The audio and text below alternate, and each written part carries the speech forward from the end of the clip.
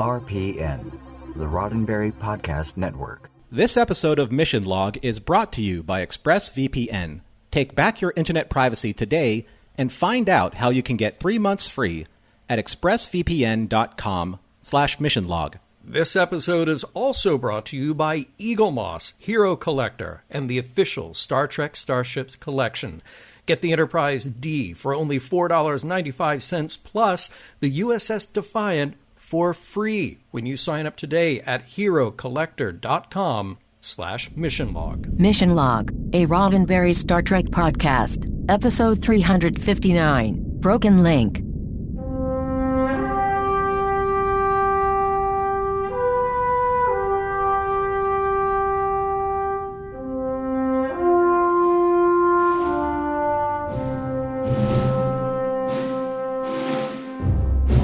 Welcome into another episode of Mission Log, a Roddenberry Star Trek podcast. I'm John Champion. And I'm Norman Lau. Each week on Mission Log, we use every bit of our concentration to keep our composure in order to examine every episode of Star Trek, looking for morals, meanings, and messages. This week, Odo goes back home. Not under the best of circumstances. It's Broken Link. And I can't believe it, we've made it to the end of Season 4 of Deep Space Nine. Applause. Way to go, all around. Yes, we made it. Oh, by the way, quick programming note for everyone in the audience. Hopefully you already had today's episode in your queue, because let me tell you from experience, it's pointless to search the internet for the phrase Broken Link. Just, you're going to have a bad time. Yeah. So instead of doing that, instead of looking for the phrase broken link, make sure that you tune all of your subspace frequencies to how you can find us.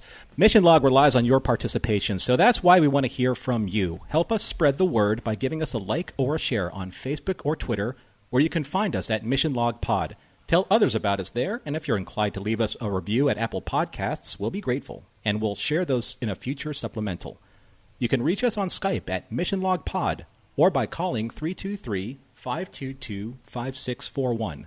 Our email address is missionlog@roddenberry.com. And remember, we may use your comments on an upcoming episode of Mission Log. Now, John, we'll get to your trivia in a moment. But first, I wanted to let all of our listeners know about how much we love the official Star Trek starships from the collection from Eagle Moss Hero Collector. Now, I have been a long-time fan and a long-time customer of the Eagle Moss products. It started all the way back when they originally launched with the Enterprise D, and I fell in love with their quality. I fell in love with their accuracy. I fell in love with their customer service.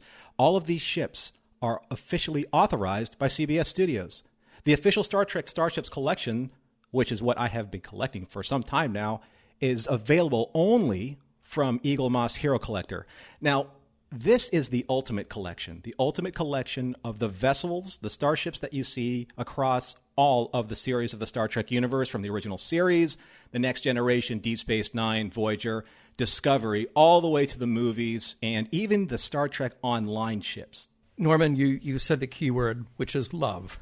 I love the Eagle Moss collection. I love that they are a part of Mission Log and we get to talk about them. And there is a lot to love. Each model, as you well know, as a collector, they are high quality. They're made of die-cast metal and high-quality ABS materials. They are hand-painted with reference to the actual CG models used in production. And then if they have photos or original studio models, those are used as reference as well.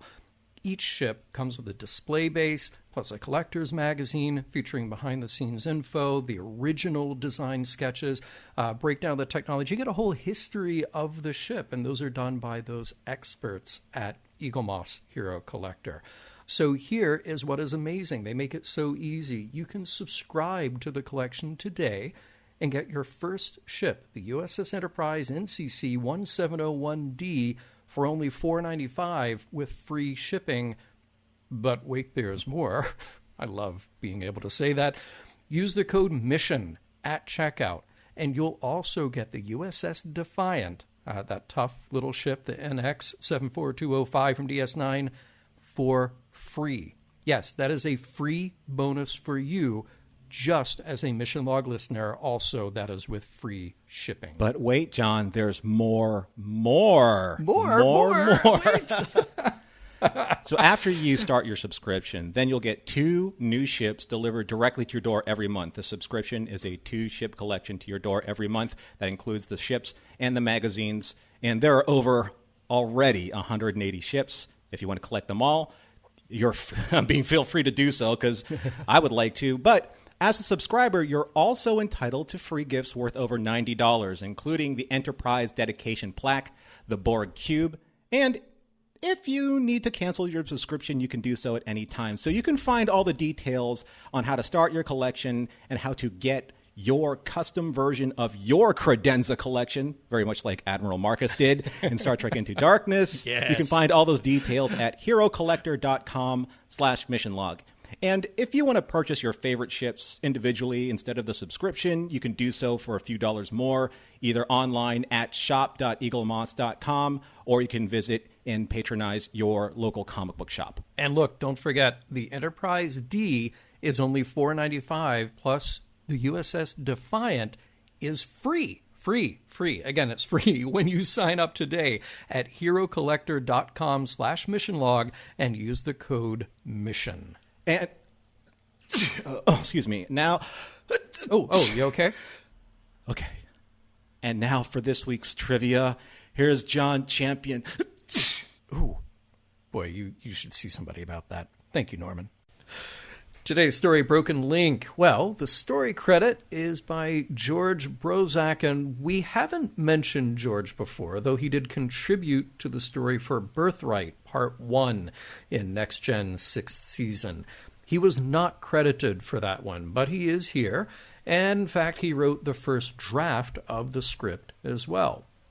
George has one more Trek credit, an episode of Voyager that we'll eventually discuss, and that is where his TV writing credits end.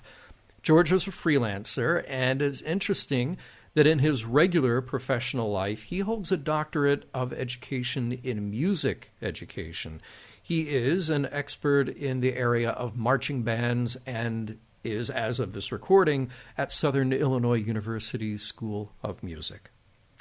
So the script and the writing credit goes to Ira Stephen Bear and Robert Hewitt Wolf. These two get the final teleplay and writing credit. As always, there are contributions, though, from the whole staff. Now, we have a reveal here at the very end about Gowron, and that is one of those story elements that have been floating around for a while. In fact, if you remember a few episodes ago in To the Death, we talked about how the staff were looking for an excuse for the DS9 crew to team up with the Jem'Hadar on a mission. They settled on the plot device about the gateway left behind by the Iconians, but at the time, they also considered revealing something about Gowron that would compel the two opposing sides to work together. Today's episode was directed by Les Landau, well known to us and all Trek watchers. The most recent of Les's episodes that we discussed was Accession. Callback to the end of last season, the finale of Season 3 was The Adversary, which you might remember featured a changeling who was making his way around the Defiant, hiding himself by assuming the form of different crew members. At the end, in order to save the Defiant and himself, Odo kills that changeling. Makeup. Let's talk about makeup. Well, this is one of the most extensive effects in the show. We've got Odo in multiple stages of losing his cohesion. Already a challenge when you're shooting a script out of order. We've talked about Michael Westmore before, but we haven't yet mentioned someone else on the makeup staff, Dean Jones, who had been working on Trek since TNG. By the time of DS9, Dean was assigned specifically to be Renee Auberjonois' personal makeup artist. Here, Dean had his work cut out for him. They mapped out exactly what stage of Odo's melting would occur when. Then they took his usual face appliance and added an extra layer of foam latex to look like it was losing its shape. Then, just before cameras would roll, they would apply a nice thick layer of a runny goo. It was not a pleasant experience for anyone involved, but it did get the desired effect. Let's talk about guest stars. We have returning guest stars to point out. Really nice to see Leslie Beavis back as the Boslick freighter captain Rionage. We first saw her at the start of Season 2 of DS9 in Homecoming. The female changeling is once again played by Salome Jens. This is her 4th appearance after being introduced at the end of Season 3 in The Search Part 1. We have glimpses of Gowron, of course, played here by Robert O'Reilly. Now, new to the show is Andrew Hawkes, who plays the Jem'Hadar Amatigan, there alongside the female changeling. This is his only Trek appearance. Finally, an attempt here to give Odo a romantic interest in the form of a Bajoran woman, Chalan Arroya. She is played by Jill Jacobson, an actor who we've seen before on Star Trek. You'll have to think back to Season 2 of Next Gen in the episode The Royale, that weird Twilight Zone-style episode set in a film noir casino hotel. Jill was one of the patrons, Vanessa. Outside of Trek, Jill is best known for a long recurring role on Falcon Crest, and she has many film and TV guest roles. In 2014, she wrote, produced, and starred in the short film Mike Horror about a stand-up comedian. I could tell you that it's time to get all the info on Broken Link, or I could tell you it's time to get the 411 on the 404.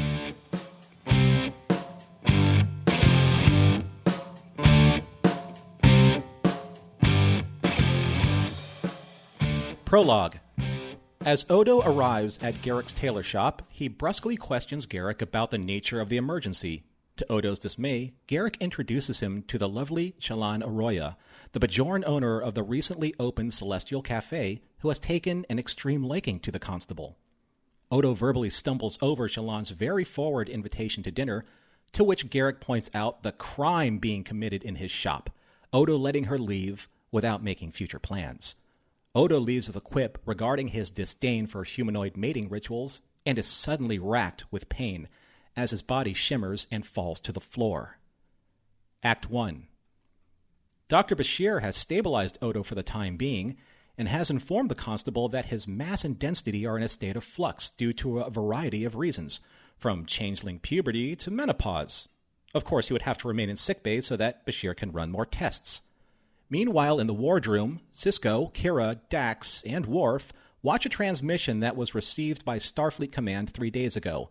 It is Gowron, High Chancellor of the Klingon Empire, who bluntly and clearly refuses to return any captured Cardassian territories and demands that the Federation immediately withdraws from all star bases and military installations in the Arcanus sector, an ancient and indisputable area of space of significant meaning to the Empire. Furthering their concerns, Dax states that Curzon's contacts have informed her that several Federation colonies near the Klingon border are calling for a preemptive strike, which could become the prelude to war. As Sisko weighs his options, Kira suddenly bursts into a fit of sneezing, a side effect of Bajoran pregnancy. Not wanting to bother Dr. Bashir with her problems, Kira is urged by Captain Sisko, with Dax's support, to pay Odo a visit and lift his spirits.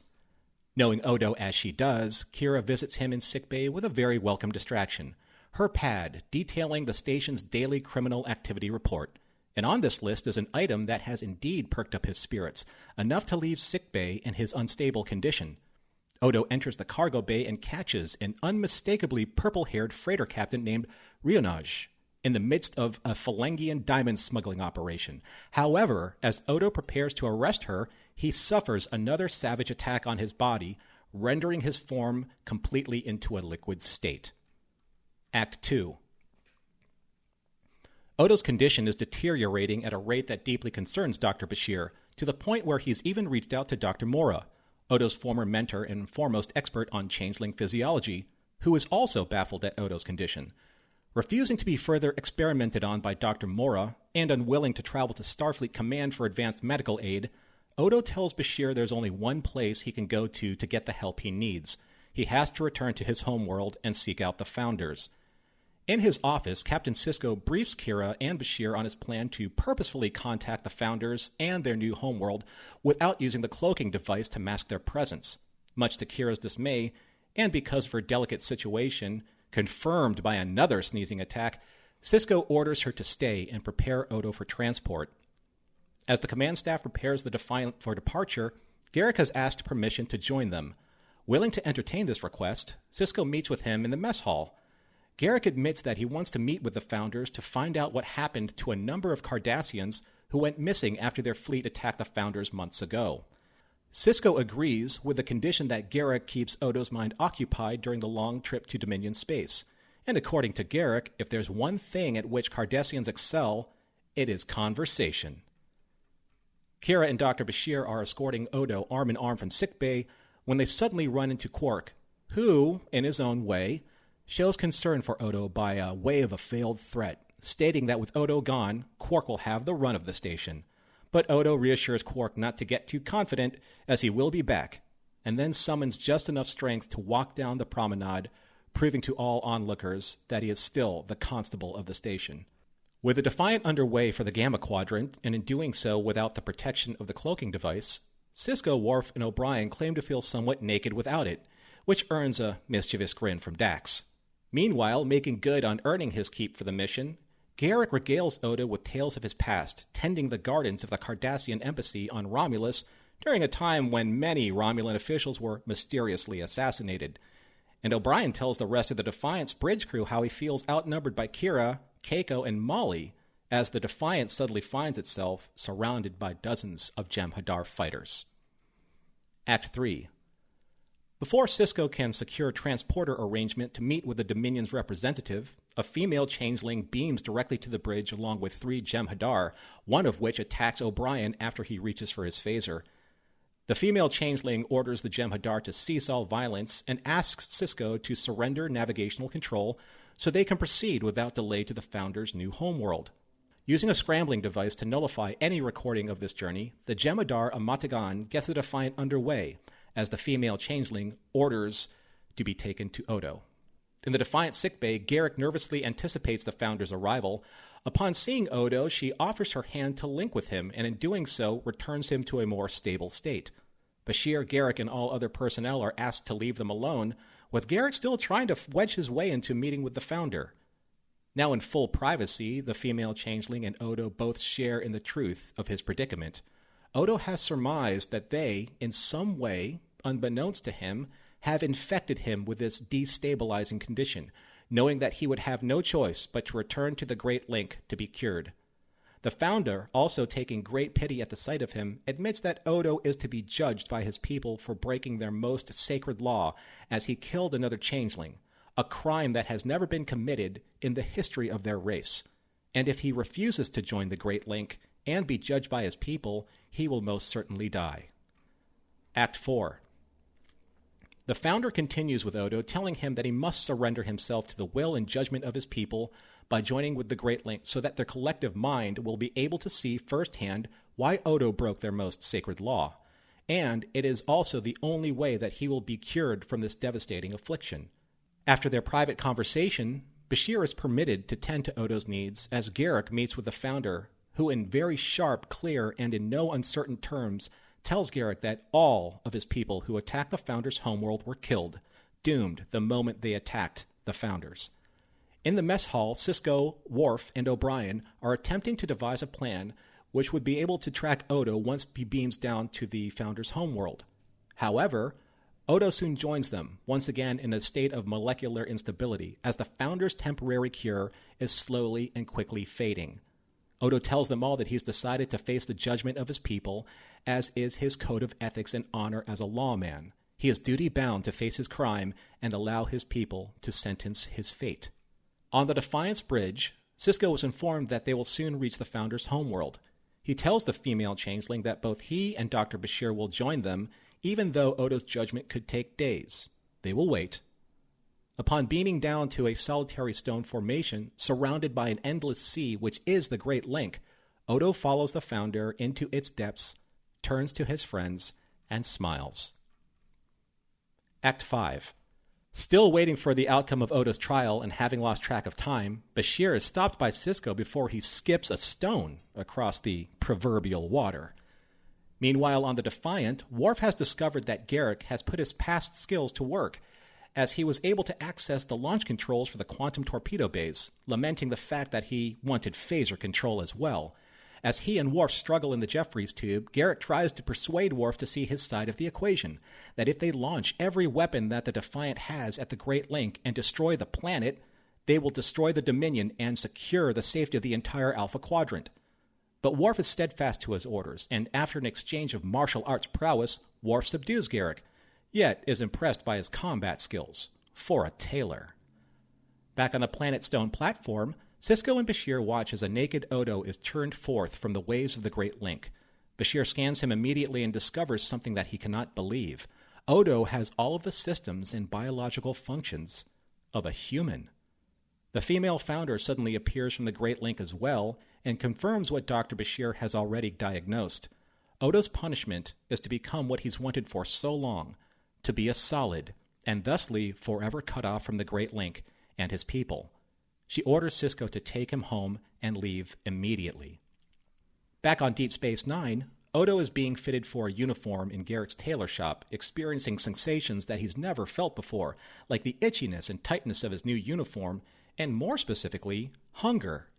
Of course, now that he is in full command of his office as constable, he is ready to take Garak to prison for the crimes of being a saboteur during the mission, but is however distracted, even more so than before, as Shallan Arroyo returns for that dinner date. As Odo casually meets with Captain Sisko making his rounds on the promenade, they are both shocked to see the face of High Chancellor Gowron broadcast on all of the monitors around the station, declaring that the Klingon Empire is in fact ready to reclaim the Arcanus sector, even if it means war. Suddenly, Odo is struck with the realization that he has seen Gowron when he was merged with his people in the Great Link, a secret that they were trying to hide from him, a secret that Odo shares with Sisko and his friends. Chancellor Gowron is a changeling. The end. Dun, dun, dun. Stay tuned. 3 months from now, we'll have the exciting follow-up. Yeah, hey, there was a lot in there. Covered it well. Good job. Thank you. Yeah, see, not nearly as bad as you thought it would be. You know, you thought we'd be here an extra hour. But well, this is 359. We got to reach that time slot. Exactly. As yeah. we did before. Yikes. Yeah. Well, a lot of fun stuff kind of to point out here. I will just point out, like, from a very personal point of view, I relate so much to Odo in the teaser segment where Garak has brought him into his tailor shop and he's trying to do this little matchup with the Bajoran woman. And it basically boils down to this, like, hey, would you like to go out sometime? And Odo's like, I completely do not understand what I'm supposed to do now. That, I could have written that whole scene. So, well done, Ira. Well done, Robert. Yes.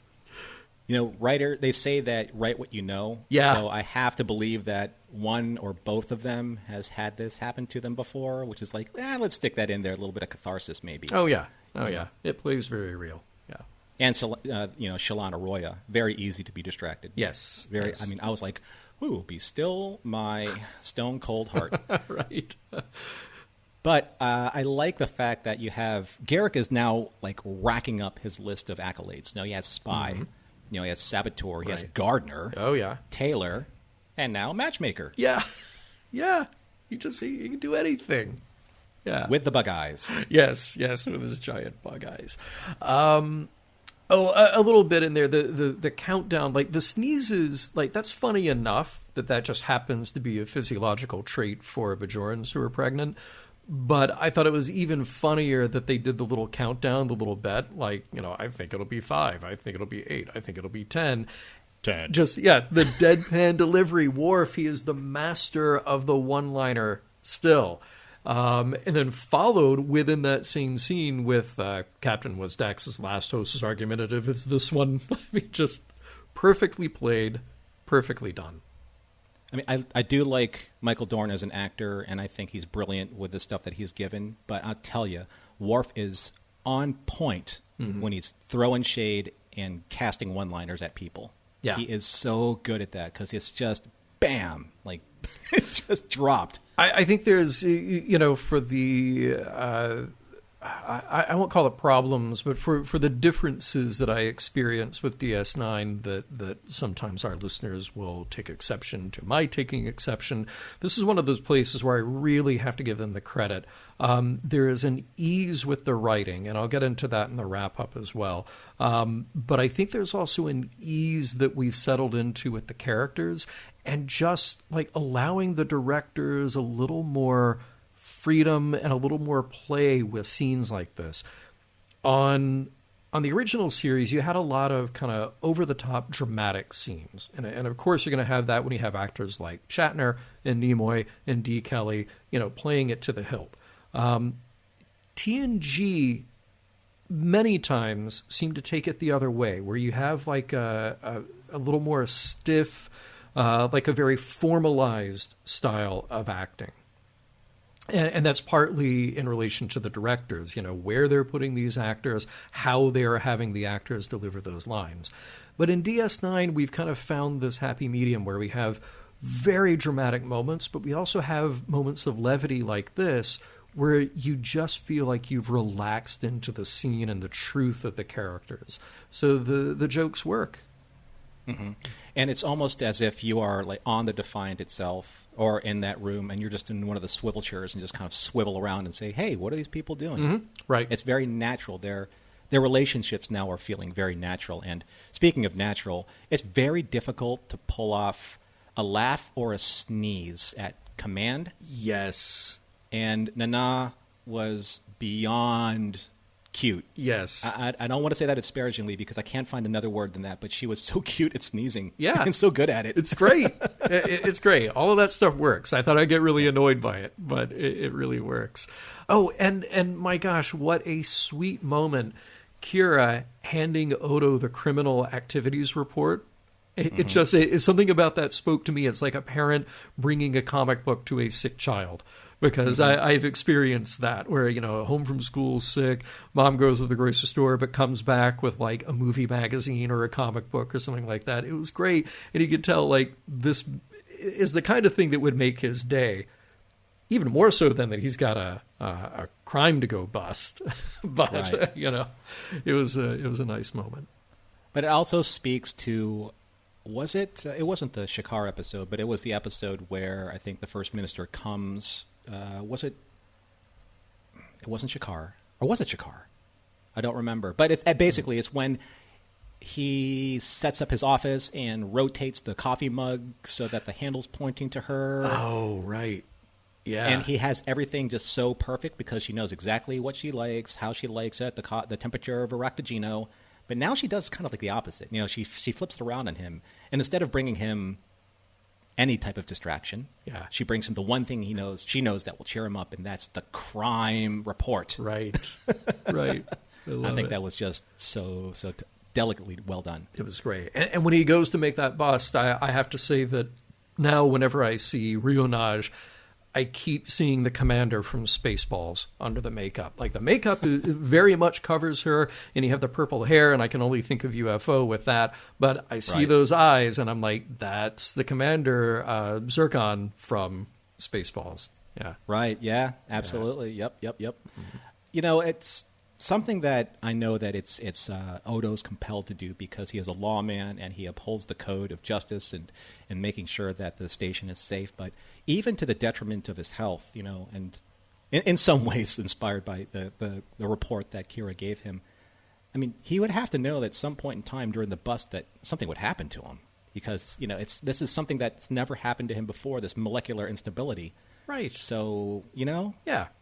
Just rely a little bit on your deputies, okay? You can do that.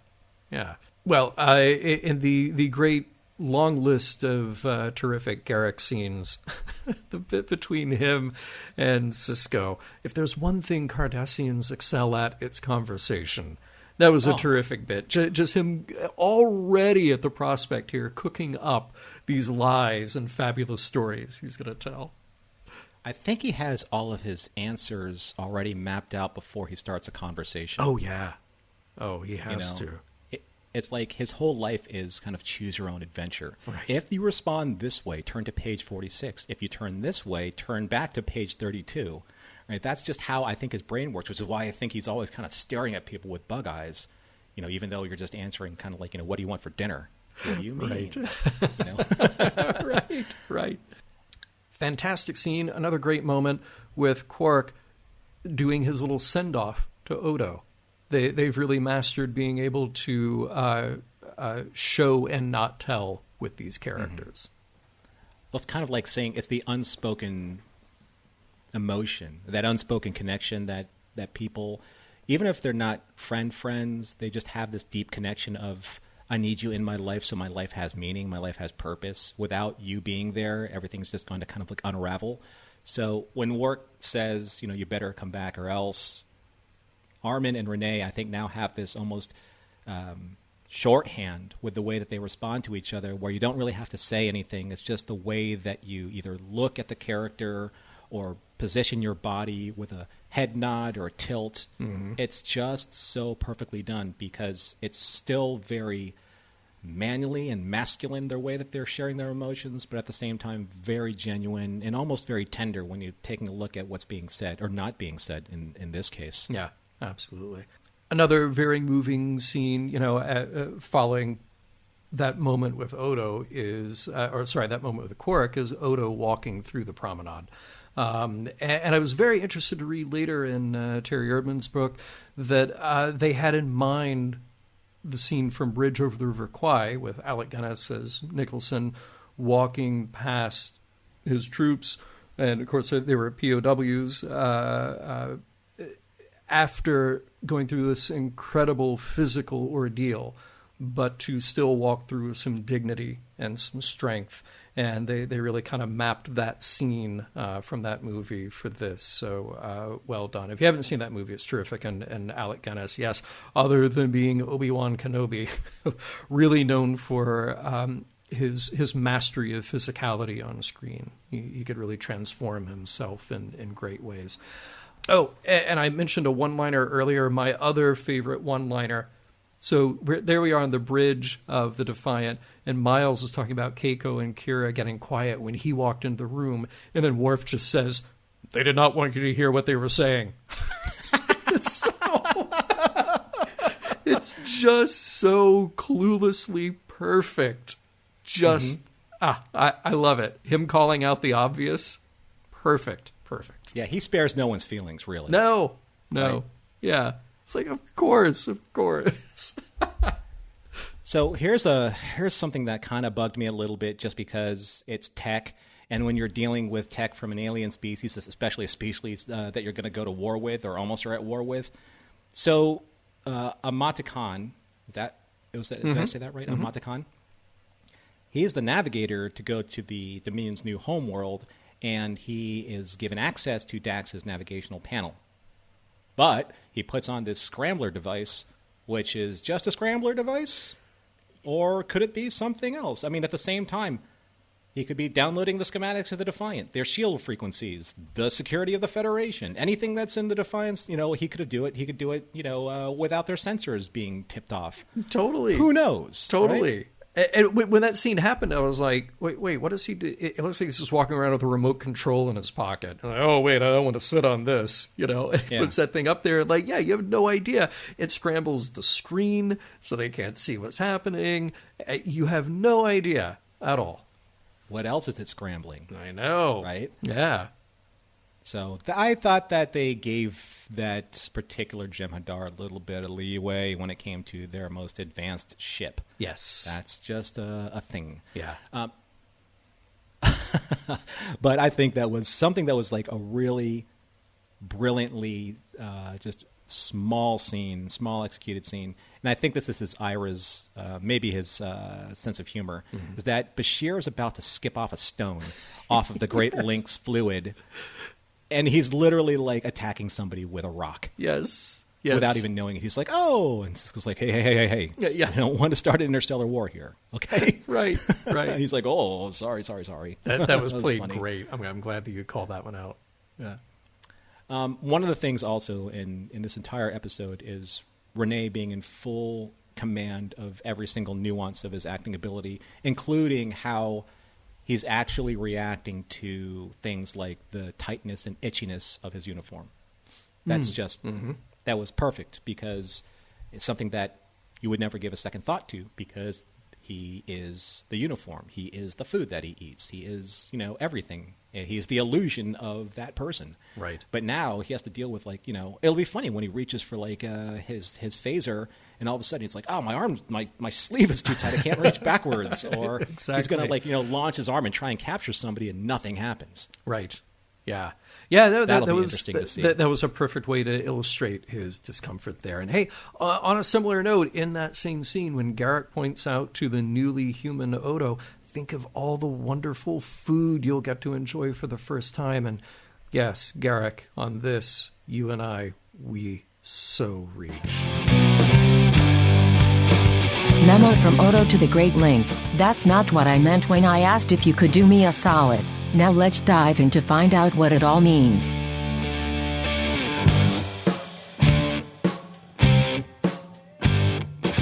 We'll link up again with Broken Link in a moment, but first, a word from ExpressVPN, giving you back your internet privacy.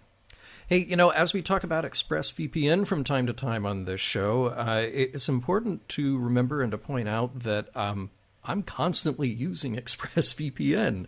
I mean, that is sort of the great thing about this, is that for me, it's easy to set up, it's easy to use, and I spend so much time online now, particularly from home, connecting with people on Zoom calls or other ways to communicate. And I'm very conscious and very aware of the fact that I'm sending and receiving so much more data now from home than I ever have before. Paying bills, doing financial transactions, all of that, which I want to be safe and secure. So as I'm talking to you now, I have the ExpressVPN panel up on my computer, and to me the greatest part of it is that it is simple and straightforward. The button that says connected, which I can easily click and disconnect, but why would I when I want all of my online activity to be safe and secure? I can make simple changes like changing location if I want my region to be different. That's kind of a nice benefit of ExpressVPN as well. But the thing that I love is that it is fast. My worry about using any sort of a VPN at all before was it would affect my speeds. But no, I'm able to upload and download, stream movies, upload the shows that we produce, run audio and video calls, literally do everything that I normally do on the computer through ExpressVPN and not give it a second thought. So protecting yourself with ExpressVPN costs less than $7 a month. Comes with a 30-day money-back guarantee. So wherever I'm working, whatever I'm doing, ExpressVPN protects my connections and at speeds that impress me every time. John, there's this old saying in Hollywood that the best special effects is the one that you never see. And that's how I feel about ExpressVPN, because it is on my phone constantly. It's always on, and I don't even know it's there. But I know it's working because there's the notification, on the upper corner of my phone. And I know that if anything goes wrong, I know use the app, and I know that it's a very easy connection, but I've never done it. I've never had to disconnect because it's always consistently on. And I think it's very satisfying to know and that your data is safe and secure with the consistency of their product. So protect your online activity today and find out how you can get 3 months free at expressvpn.com/missionlog. That's expressvpn.com/missionlog for 3 months free with a 1-year package. Visit expressvpn.com/missionlog to learn more. And a big thanks to ExpressVPN for sponsoring this week's show. All right, I don't want to start the discussion with a joke, but I will say that changelings just absolutely twist themselves into knots and pretzels. Metaphorically, although they could literally do that as well, with their whole sort of... I'm trying to find the right words to describe it. It's sort of this in-group, out-group philosophy that they have. And we did explore that a little bit before in DS9, where the female changeling, the Salome Jen's character, explains that they are so hyper-protective of themselves because they feel like they're an easy target.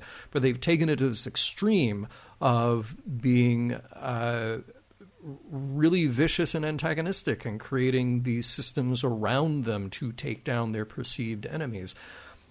They will punish or destroy anyone or anything around them that doesn't fit their needs. Yet they have this incredibly rigid rule about changeling on changeling violence. It's interesting just to think from sort of an evolutionary step here that they could have made it as far as they have with no disagreement ever escalating that far. Because, I mean, you introduce Odo's experience, Odo's background into this. He's sent away as this sort of clean slate to go live among the solids in his particular area, essentially as a way for the changelings to learn. And his experiences in a very short period of time, because remember, Odo is quite young, at least in his experience among the solids, actually lead him to sympathize with and form bonds with the humans and Bajorans and a little bit with the Cardassians around him, that actually led him to the point of killing another changeling. So it is interesting to me that they would be able to make it this far without experiencing something that intense with a changeling killing another changeling or violently acting out against another changeling. There have to have been some differences, some lack of agreement at some point. But I feel like they've really overreacted to so much of what's going on. I think a lot of what's happening in some of these characters that we've seen, especially the non-Federation characters, and is specifically with Odo, is that Odo is kind of like the analog of the difficult or independent spirited child. You know, you believe that this child, you have raised this child with a certain doctrine, you have raised this child with a certain set of rules and a strict code of discipline, something that so they would not bring shame or any type of controversy to the family. Then all of a sudden, this child acts out and the family's name is kind of like run through the rumor mill or the mud or small town gossip. But that's what children do if they want to grow for themselves, or if they are part of an environment that exposes them to so many different stimuli, external forces. Because why wouldn't I act out this way to save my friends from someone who means to do them harm? Isn't that what I'm supposed to do? So it's interesting, right, that on some level the changelings have to understand that they are incomplete by extension, but Odo or whomever they had chosen to go out there into the cosmos, that they are incomplete without having this experience, without meeting other species and interacting with them and even becoming like them in some way. Like they're driven to do that, but then if it just goes a little bit beyond what their expectation is, they feel like they get to execute this incredible punishment because it's their right to do so. I'm sorry, John, but it's very much akin to like this is my house, these are my rules, and if you think you know better, you can leave. Because that's what you want, isn't it? That's what you want. You think you're smarter. You think you're better. You think you can do this. You think you can do that. Well, if you don't have any need for me anymore, you can just leave. But they made Odo go out to do this. You know, they from the beginning, they said, like, oh, yeah, well, we send out a changeling every now and then, here and there, to go out into the cosmos and experience things and meet others, and it helps to feed our need for information. But it's like, okay, well, by doing this, you also have to sort of accept that there are consequences to that. You have to accept that there are others who are not like you, and there are influences and ideas that may not fit with your very rigid, narrow definition of what you should be. So if that's the way it's going to be, don't ever let the kid leave the house. You know? That's fair. That's fair. Now, it's interesting that you would phrase it like that, as like a kid, because a series of notes that I took on this, the first one that I said is, in all these ways that we are looking at the Odo character, the first one was Odo the adolescent. And we've seen this play out in a few different ways with him on DS9, but the way that they explore it is by allowing us to see him navigate his feelings and his emotions they're raw because they're new and they're intense. And he is like this adolescent who, as soon as he feels that first feeling of love, such as it is that he's defining it or understands it, as soon as it doesn't play out the way he wants, well, he gets angry and despondent and upset, and all these things come out of him. Then kind of the flip side of that is Odo, this self-repressed character, because all these emotions are floating around, they're all swirling, and his reaction when they get too intense, when he's not destroying his quarters, as we saw him do, but he denies, he represses, he deflects his emotions, like that scene with Garak. I mean, here's Garak showing enough insight into Odo beyond what Odo will admit by trying to play matchmaker here. Hey, here's this woman. Maybe I know that she's got her eye on you. I'm going to help you.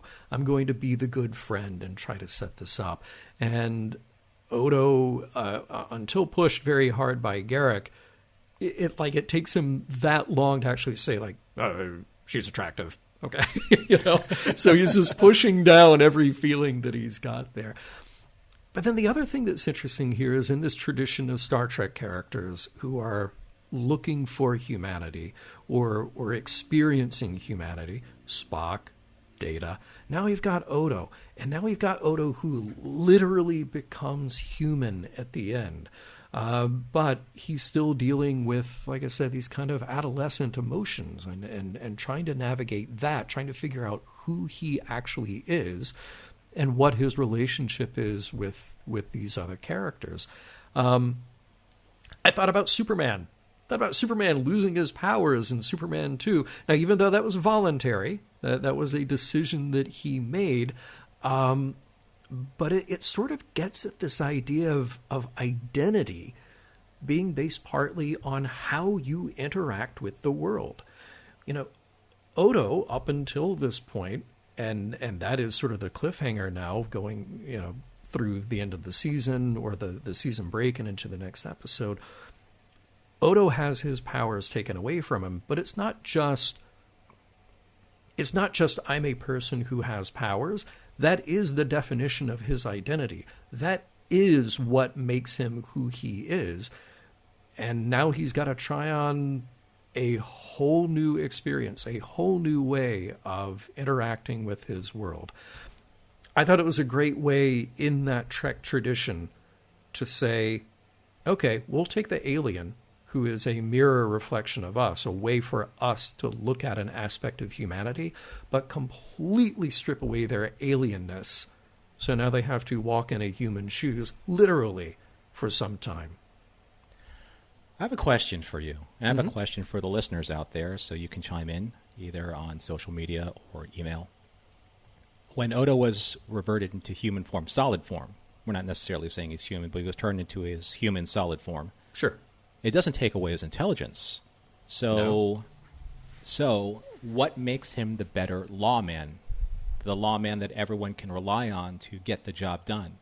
Being able to do that with his powers, or now, is he going to be even more ruthless with trying to take down criminals without the use of his powers, which could have taken down criminals in a less violent way, because now he has to rely on traditional, law enforcement tactics, weapons, martial arts, things of that nature, where he could have just, done the changeling thing and, crack a whip at somebody with his changeling form, not really hurt them.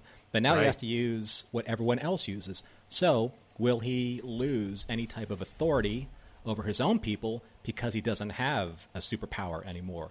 The power that these guys are like, you know what? I don't really have to be as good as my job or at my job because I have Odo backing me up. And if things go sideways, he can just do the changeling thing. He'll turn into a rat. He'll sneak in. He'll listen to what they're saying. Yeah. It's like Superman in the diner. He couldn't beat that trucker up because he wasn't Superman anymore. He was just a guy. Right. Yeah. But here's the thing. It's like going back to this changeling idea of, okay, we take one of our own, we hide them among this species that we're curious about, and they sort of go live among them and figure out what they're like. Well, that has been Odo's total experience up until now, and sometimes doing a great job at that, sometimes learning a lesson along the way, like, oh wait, I am the sum of my experiences. I am the sum of the relationships that I have. I'm not this thing that is separate from that. Now he's basically being forced to not just rationalize it and experience it and live among it, but to actually be that thing. Not just pass for one, but to actually be one of those humanoids. It might be a little too anthropocentric to look at it that way, but it's sort of a gift in a way that this fulfills that part of the mission.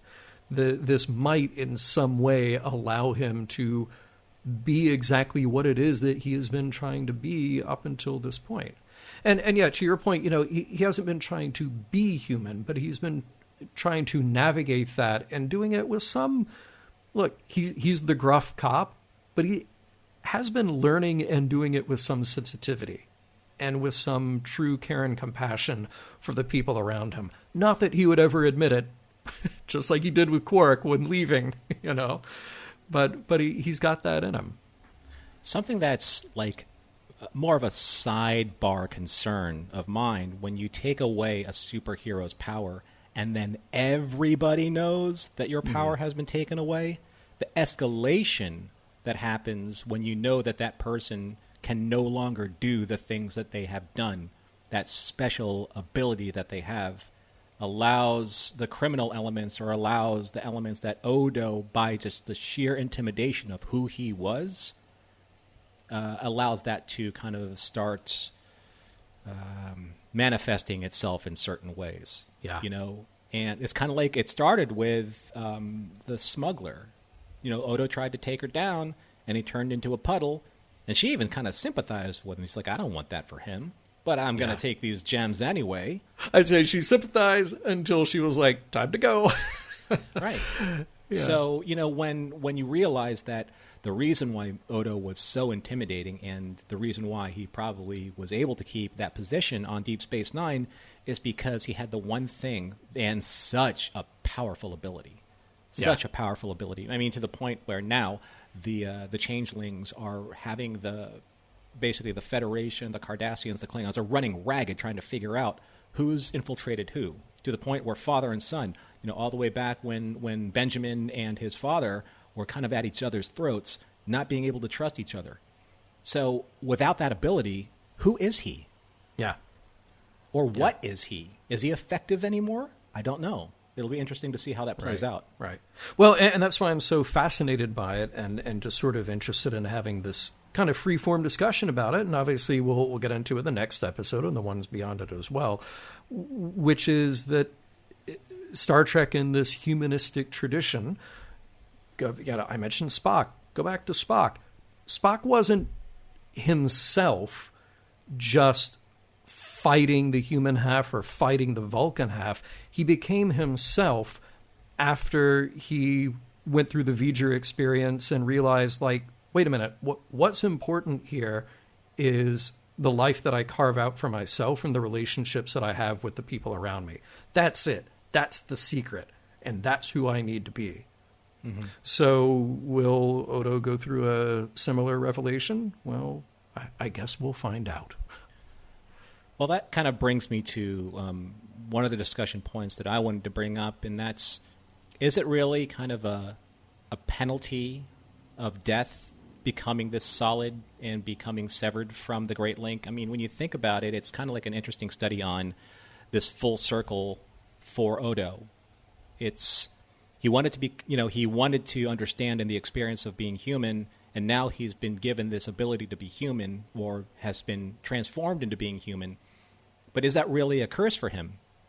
Or is it a blessing for him? Because the founders think that it is literally, the death sentence. You are now a solid. You don't have the ability that we have. You're cut off from the Great Link. How is that really any different than the Odo that we've known before? Right. I mean, up until now, Odo has been, at every turn, he has said, yeah, I have this opportunity to go back to the Great Link. I don't want to go back. And I disagree with what the other changelings, the quote-unquote founders, are up to. That's wrong. I've found my moral code and my ethics and the relationships what I care about here, not there. Exactly. And it's going to be a challenge for him to adapt, but he's observed humans to the point where he's become this great, the student of the human condition, how people behave, how they interact with each other. So now he can really dive into what it is to be hungry, how food is delicious, how romance is pleasurable, both in kind of like the connecting and in the physical way. Everything is in his grasp right now. It's never going to be like a study or an observation. He can actually go ahead and experience that. So what's the cost, really? Yes, of course, he's been severed from his people, but he's never really been part of his people, right? Right. That's the thing that this death penalty doesn't really work for me in a way, because he knows that the reason why he killed that changeling is because he cared about the people that he's served with and have come to trust and love more than that one changeling that he's never met, that only wanted to do violence to the people that he cared about. So who did he choose? At the moment that it needed to be made, who did he choose? He chose the people that he cared about. That's his family. And now he has the opportunity to really be a part of that family. And that moment, honestly, should have been morally unambiguous to anybody, even a race as advanced as the founders are, the changelings are. Yeah, you send somebody in to carry out sabotage, carry out a mission where you are killing others, and you don't expect that somebody would step in and try to kill that person that you sent to do that. Yeah. I would say that they are not as advanced as they think they are.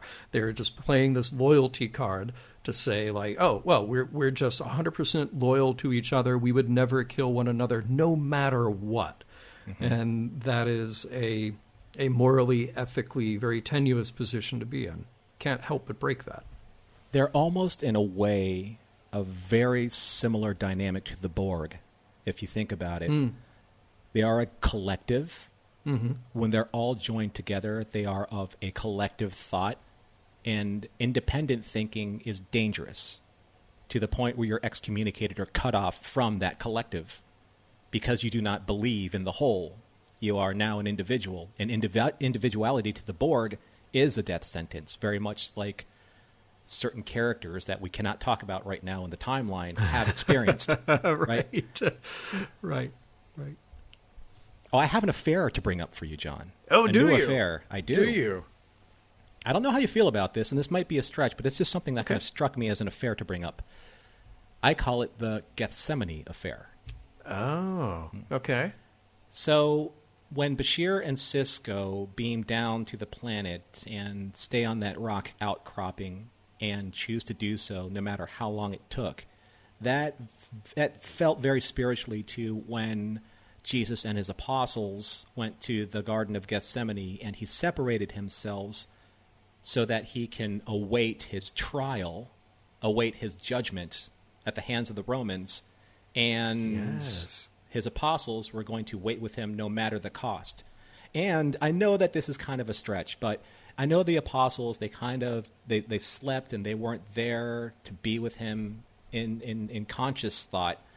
Like, it's kind of like Bashir kind of drifting away too and almost throwing a rock into the sea. So yes, I am stretching a little bit, but that's just the way I felt. I felt that no matter what, Bashir, Sisko, if everyone could have beamed down to that rock outcropping to await Odo's fate, I think they would have. It's just that there's only so much real estate to stand on. I think that is an excellent comparison to make. I think that's right. I have no problem with that at all. Oh, fantastic. So another successful affair to remember.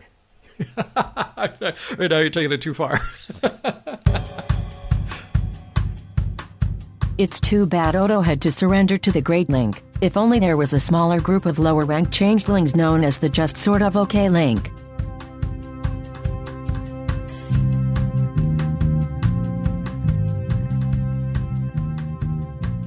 So now, John, the end is near, and we face our final wrap-up. My friend, I will say it clear, I'm not exactly sure how this is going to shape up. So, this is the final wrap-up of Season 4, the finale. Whoa. We made it. We made it. Yeah. Yeah.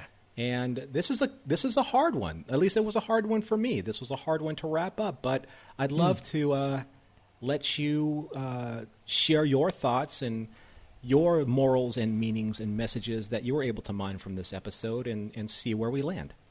Sure. So talk about some positives here first. This episode has some of the best dialogue of the entire series so far. So like I was mentioning in an earlier segment of our show, the humor here just lands. It is Ira and Robert at their best, where they found the right way to work in the humor without just saying, time to squeeze in a joke.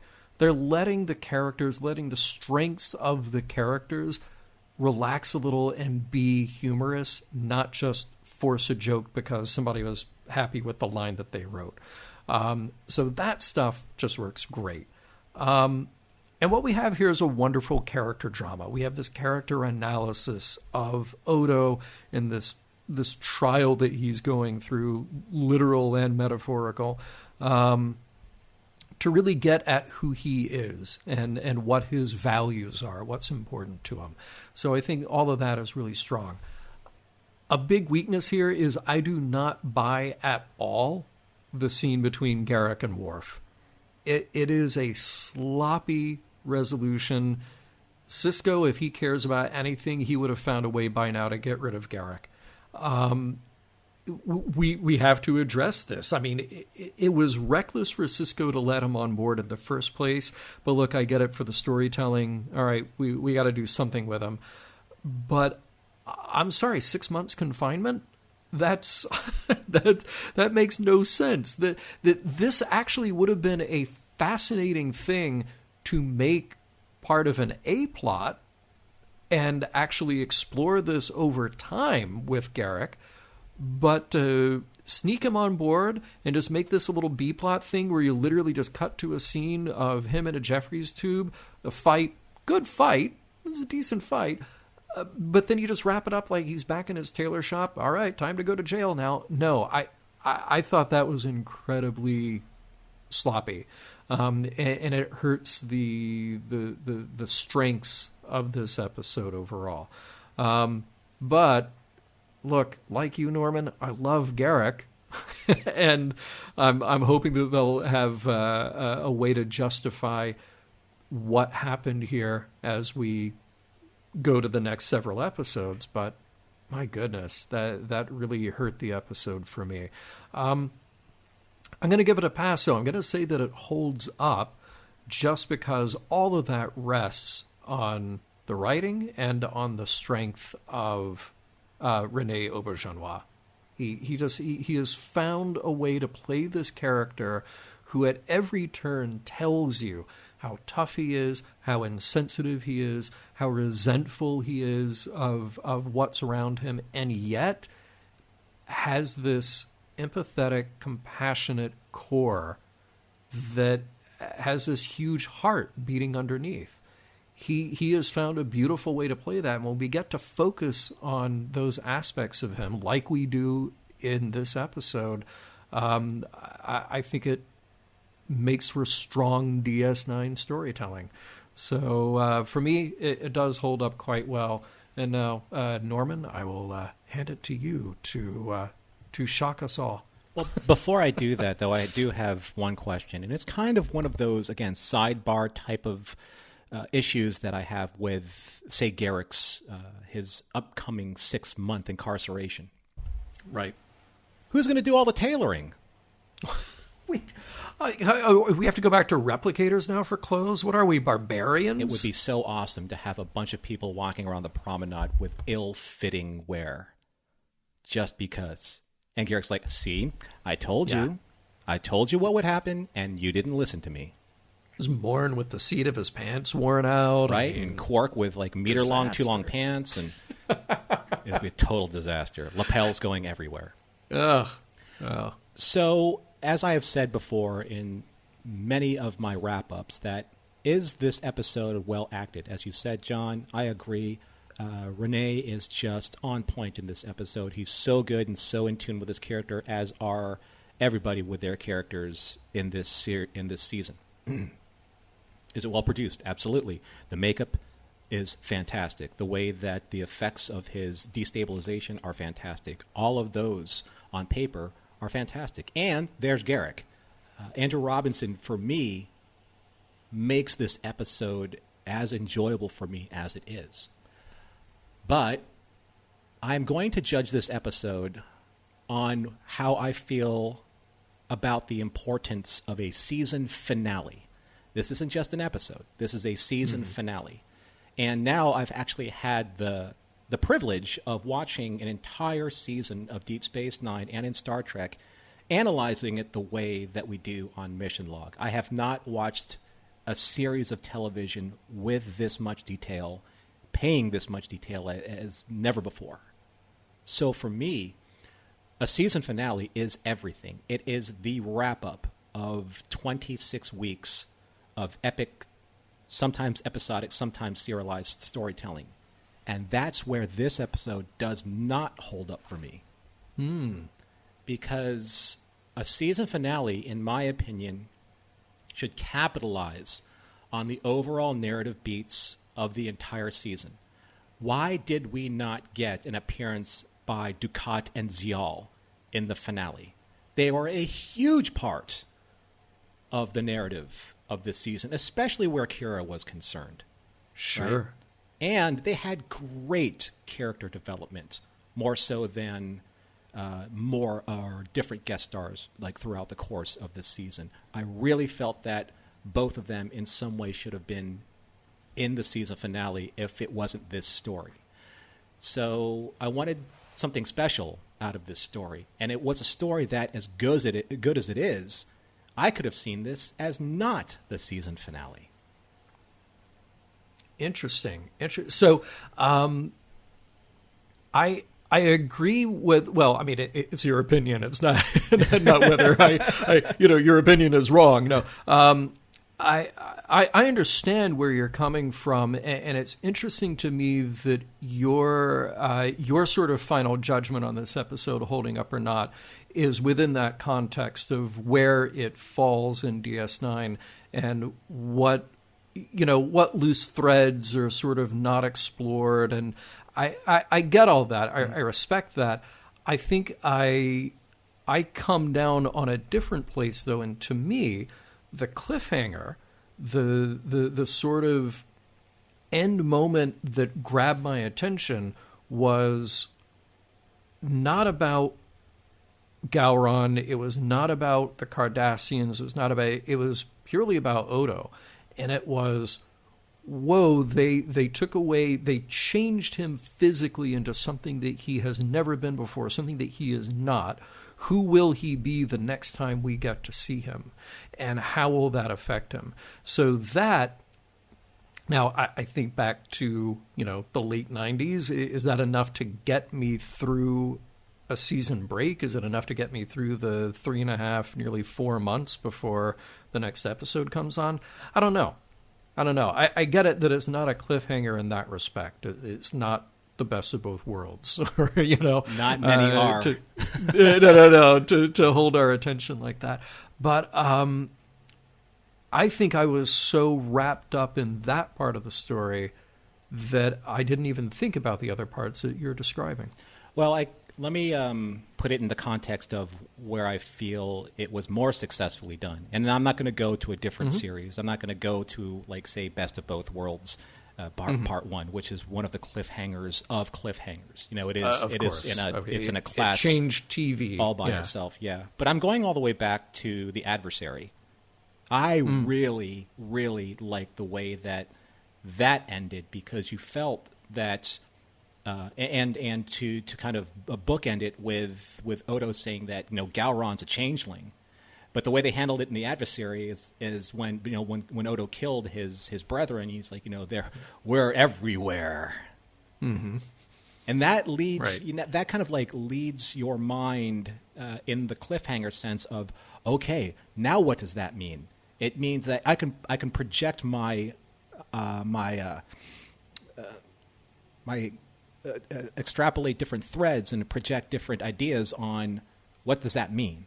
You know, there's not a concrete way for me to go. You know, I don't know what the right answer is going to be. I don't know how it's going to wrap up, and it just leaves me hanging on a cliff, if you will. See, that's interesting, because I felt the opposite about The Adversary. To me, it felt a little too kind of paint by numbers, where you've got the changeling, he's taking different forms, so you got to find him, you got to kill him, or do whatever. Being left, it was an interesting tease to be left with, that we're everywhere. But now in this one, oh wait, there's somebody I know. There's Gowron, who we've seen up until now in all these different places, pulling strings politically. So now it has stakes for the political intrigue that we've had up until now. It's interesting. It's very interesting to me that we have different takes on these two, end of season 3, end of season 4. But let us get into morals, meanings, messages. Let's see where we landed on that. I think we might land in a different place on this too, because honestly, I don't really see this as a heavy moral episode. To me, the strength of this episode is that it is a character piece. It's a very good character piece, because we get to go so deep with Odo. We set up more we set up more exploration of who he is. So that's really, that is the focus, that is the purpose of this episode. But the other thing here, genocide, still bad. If we are going to take anything from that Garrick plot line, genocide's still bad. For anybody in the cheap seats, this is something that Star Trek does indeed repeat every now and then, so I'll do it for you as well. Genocide, still bad. What else? That's a good one. Genocide, never good. You know, like I said, they touch on that every now and then. You go talk to like a Kevin Uxbridge. You even totally jump the timeline and you see what the Klingons were doing 100 years ago. You know, just yeah. But well, I mean, my message kind of dovetails into what I was talking about before when it comes to this episode not being a season finale-ish episode. But it doesn't mean that it's not without a great moral or a great meaning or a great introspective study of a character. But I find this episode to be a great companion piece to Body Parts. Because, so take a look at it this way. The last 2 episodes of Season 4, which has been heavily focused on the Klingons' involvement and their machinations and the Cardassians, the Maquis. But the last 2 episodes have to deal with Quark and Odo, which I find endearing because I love Quark and Odo. So in Body Parts, Odo learns through a series of events that the greatest value in his life is his family, the people that he has created reputations and relationships with on the station. And very much like Odo in this story is about who your family truly is and searching for a family that may never be. So like Quark in Body Parts, Odo doesn't see what's right in front of him. Literally like Shallan Arroyo, like literally like right in front of him, or he doesn't see right up until the moment where they actually do it. He doesn't see how his family is figuratively right in front of them, putting themselves in harm's way. and making sacrifices that very well could end their careers, albeit they don't really do it and execute it in the dramatic form, say like Kirk and Scotty and Sulu and Chekhov and Uhura all did, putting their careers on the line to steal a starship to go save Spock. Right? So think about it this way. Sisko creates an unsanctioned mission into the Gamma Quadrant to reach the Dominion using the Federation's most advanced starship because... ... fill in the blanks. Because he wants to save Odo. But this is not sanctioned by Starfleet. Starfleet has not given him permission to go into that quadrant and to engage the Dominion, right? Yeah. So they're not even there to gain intelligence on the Dominion or even gain intelligence on what Gowron's doing. They're there solely because they care for Odo. They could be busted if they really want to bring him up on charges. A Badmiral can say, hey, you know what? You violated X amount of codes of the Starfleet Federation, blah, blah, blah, and we're going to drum you down. But they don't. Oh, that's all we were missing was a scene where, they get a radio communication. They're like, oh, the communications aren't coming through. We didn't hear what you said. Right. And then they're through the wormhole. Yeah. Exactly. But that's in the reality of what they're doing. They did the exact same thing, Kirk and company did to save Spock. They went on an illegal mission, or I should say an unsanctioned mission to save their friend. So imagine this. If they were ordered to return the Defiant to Federation space and choose to save Odo, finding the Dominion, what would they have done? Of course they would have saved Odo. That's their friend. That's the point of this story. And that is what true family does. And not excommunicate the one person that they wanted to bring into the fold just because they broke a rule. Yeah. That's what I come away with from this story. Beautifully said. Mission Log is produced by Roddenberry Entertainment. Executive producer, Rod Roddenberry. Our website and your opportunity to comment and connect with us is missionlogpodcast.com. If you'd like to support Mission Log directly, you can do so at patreon.com/missionlog. Enjoy all the great Roddenberry podcasts at podcast.roddenberry.com, where you'll find Women at Warp, Priority One, The Trek Files, Your Daily Star Trek News, and Shabam. Shabam! And for more Star Trek news and discussion, be sure to visit trekmovie.com.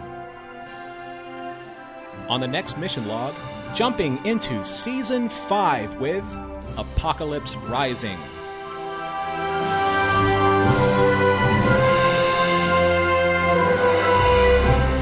Some of the music for Mission Log provided by Warp 11, online at warp11.com.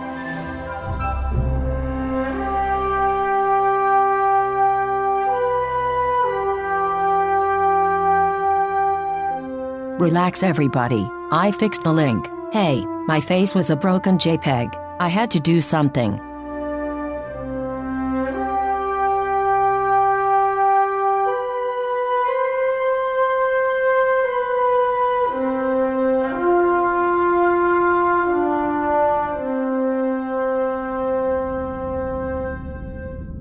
End transmission. Podcast.roddenberry.com, the Roddenberry Podcast Network.